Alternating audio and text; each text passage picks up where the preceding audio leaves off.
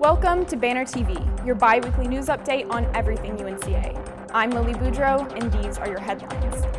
As of September 24th, there have been a total of 15 COVID-19 cases on campus since July 1st, between UNC Asheville faculty, staff, or students. Remember, UNCA, wear a mask, wash your hands, and wait. September 22nd was National Voter Registration Day, a holiday urging U.S. citizens to register to vote for the general election. Young Americans ages 18 to 23 make up the lowest percentage of registered voters. The North Carolina registration deadline is October 9th, so please head over to vote.unca.edu for voter information. It is so important that everyone's voice is heard. Not only will this election determine the next president, but also the Senate and House seats. UNCA's gardens are getting a new look for Fall 2020 Greenfest. The Student Environment Center worked on planting, weeding, and clearing out overgrown areas, as well as moving the Soul Garden to a new location and transforming the old location into the Soul Edible Park with brand new produce and greens. The Asheville City Council approved a 3% budget cut for APD this week, reallocating $770,000 from the police department to community programs such as homelessness outreach, broadband for public housing, expansion of the city's communications department, and more. The cuts come from numerous APD positions, including park wardens, telecommunicators, and police officers. Multiple positions are simply being relocated to different departments or come from resignations. 31 sworn officers have retired since June 1st, after spikes in anti-police protest. State Senator Chuck Edwards said he will introduce legislation to, quote, defund cities that defund police, directly threatening Asheville City Council. City Manager Deborah Campbell assures these changes are only the first steps in adjusting police responsibilities and budget. Ruth Bader Ginsburg's tragic passing is not only heartbreaking, but will have massive effects on the U.S. government and legislation. I attempt to explain in what the is going on in politics. RBG's tragic passing could result in massive changes for abortion rights, healthcare, and more. In recent years, the court has sat at a 5-4 Democrat to Republican ratio, with one conservative, Chief Justice John G. Roberts, often acting as a swing vote. Roberts has sided with liberals in numerous cases, including the Affordable Care Act, which he has now saved twice. The Trump administration is on a mission to strike down the ACA and replace it with a new, cheaper healthcare plan. However, Trump has yet to unveil a new plan, despite promising one for years. We have a really terrific, I believe, healthcare plan coming out. Doing a very inclusive healthcare plan. I'll be signing it sometime very soon.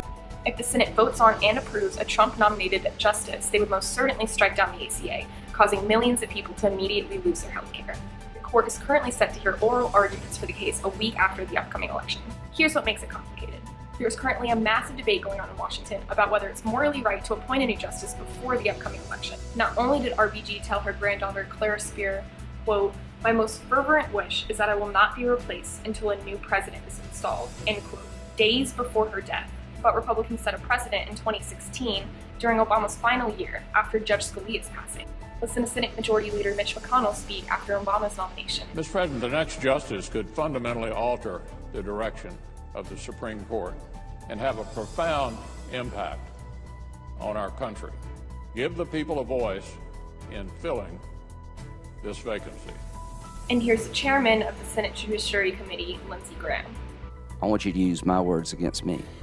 If there's a Republican president in 2016 and a vacancy occurs in the last year of the first term, you can say, Lindsey Graham said, let's let the next president, whoever it might be, make that nomination, and you could use my words against me and you'd be absolutely right. Fast forward to days after RBG's passing, their attitudes have changed a bit. Trump's nominee for this vacancy will receive a vote on the floor of the Senate.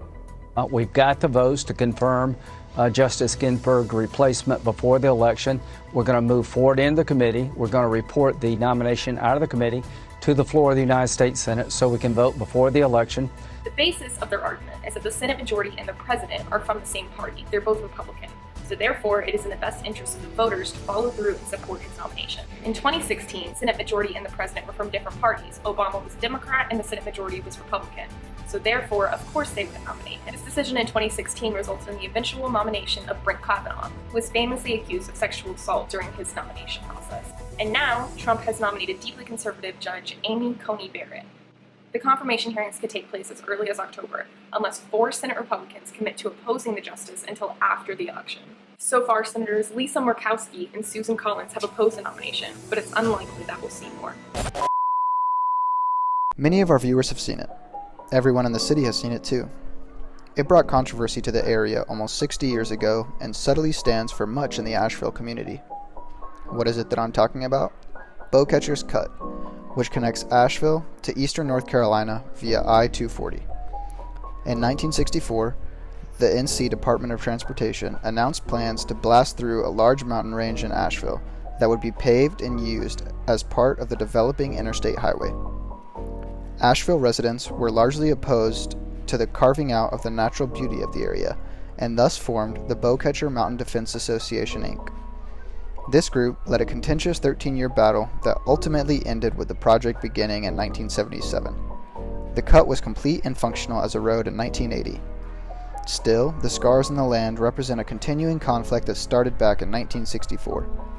As the land around Asheville is further changed to make room for buildings and other construction projects, the long-standing locals are fleeing. Yes, Asheville has changed a lot in the last half-century, but it's not up to us to decide whether or not we think it's been changed for the better or worse. That is up to all of you. Full stories can be found on thebluebanner.net, or you can look for a print newspaper around campus. Stay updated by following us on Instagram at UNCA Blue Banner, and subscribe to our YouTube channel and turn on post notifications for new videos. Thanks for tuning in. I'm Lillie Boudreaux, and this is Banner TV.